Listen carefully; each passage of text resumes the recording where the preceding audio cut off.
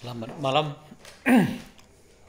Kita coba membahas masalah dui fungsi ABRI yang berjalan sejak pemerintahan Orde Baru hingga lengsernya Soeharto tahun 98.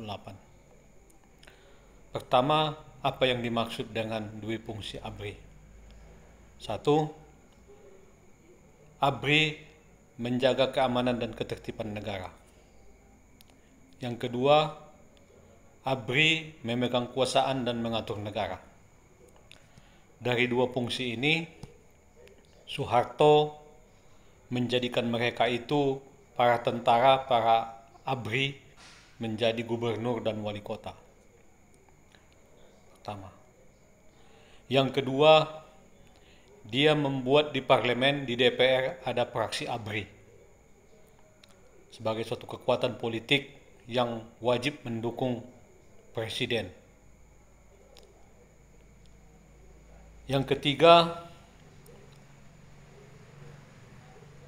ada faktor-faktor yang mendukung terlaksananya dui fungsi ABRI tersebut.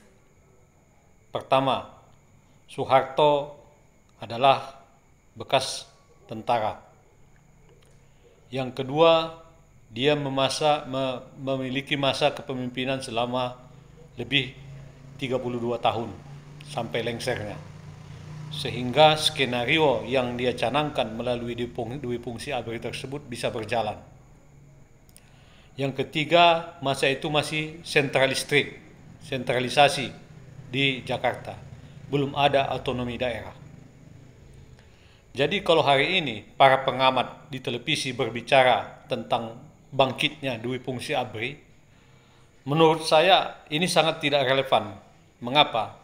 Karena mereka pada hakikatnya tidak mengetahui apa arti dui fungsi ABRI itu di zaman Orde Baru. Para pengamat yang berbicara hari ini. Kalau Prabowo memakai menteri, itu bukan berarti memegang kekuasaan. Menteri itu pembantu presiden. Pemegang kekuasaan adalah presiden untuk negara. Hari ini kita lihat bupati, gubernur itu dipilih oleh rakyat secara langsung. Yang namanya gubernur adalah pemegang kekuasaan untuk di tingkat provinsi. Yang namanya bupati, wali kota, pemegang kekuasaan di tingkat kabupaten kota. Jadi, dui fungsi ABRI yang mereka sebut hari ini tidak relevan. Kalau Prabowo memakai beberapa orang menteri dari militer, di kejaksaan dari militer, di KPK dari militer, ini tidak ada masalah. Karena begitu nanti rejimnya Prabowo berganti ataupun selesai, itu semua pejabat-pejabat tadi bisa kita buang, tidak kita pakai, tidak kita aktifkan. Karena apa yang dia buat hari ini itu bukan suatu sistem.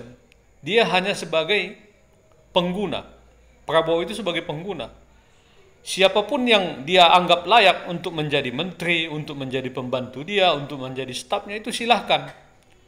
Masalah hari ini di militer dianggap tidak boleh yang aktif untuk menduduki jabatan sipil.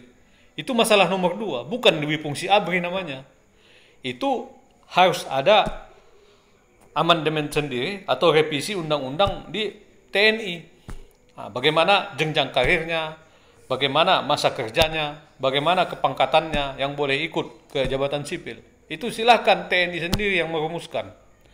Jadi kalau hari ini para pengamat ataupun politikus bicara tentang dui fungsi ABRI, menurut saya mereka itu buta tentang dui fungsi ABRI yang berlaku di zaman Orde Baru. Bagaimana rejim Soeharto itu berkuasa 32 tahun dilanggengkan oleh gubernur dan wali kota, bupati yang diisi oleh para ABRI, didukung oleh sentralisasi. Pemilihan itu hanya pemilihan partai di zaman dulu. Nah, satu lagi saya tadi lupa. Zaman dulu itu hanya 3 ada partai. Partai Persatuan Pembangunan, P3, yang kedua Golkar, dan ketiga PDI. Nah, kalau kita lihat dulu partai P3 dan Golkar itu pro pemerintah. Tambah lagi ada fraksi ABRI di dalam. Tambah lagi utusan daerah, utusan golongan. Nah, jadi yang menentang hari itu katakanlah oposisinya PDI. Di dalam PDI sendiri pun banyak orang-orang oposan yang disusupkan oleh Soeharto. Sehingga sangat jauh berbeda zamannya Soeharto, pemerintahan Orde Baru, dan zaman reformasi sekarang dengan pemerintahan Prabowo yang multipartai, pemilihan langsung bupati dan wali kotanya, gubernurnya, bahkan presidennya pun dipilih langsung. Bukan DPR lagi yang memilihnya. Zaman Soeharto yang memilih presiden itu DPR. Tentu orang-orang yang dia susun di parlemen otomatis akan mendukung dia. Sehingga terjadilah pemerintahan kekuasaannya itu selama 32 tahun. Jadi banyak hari ini orang-orang yang merasa aktivis 98, merasa jadi pengamat, berbicara. Tapi pada sebenarnya mereka tidak tahu atmosfer apa yang terjadi di Dwi Fungsi ABRI di tahun 98. Mungkin itu saja. Terima kasih. Selamat malam.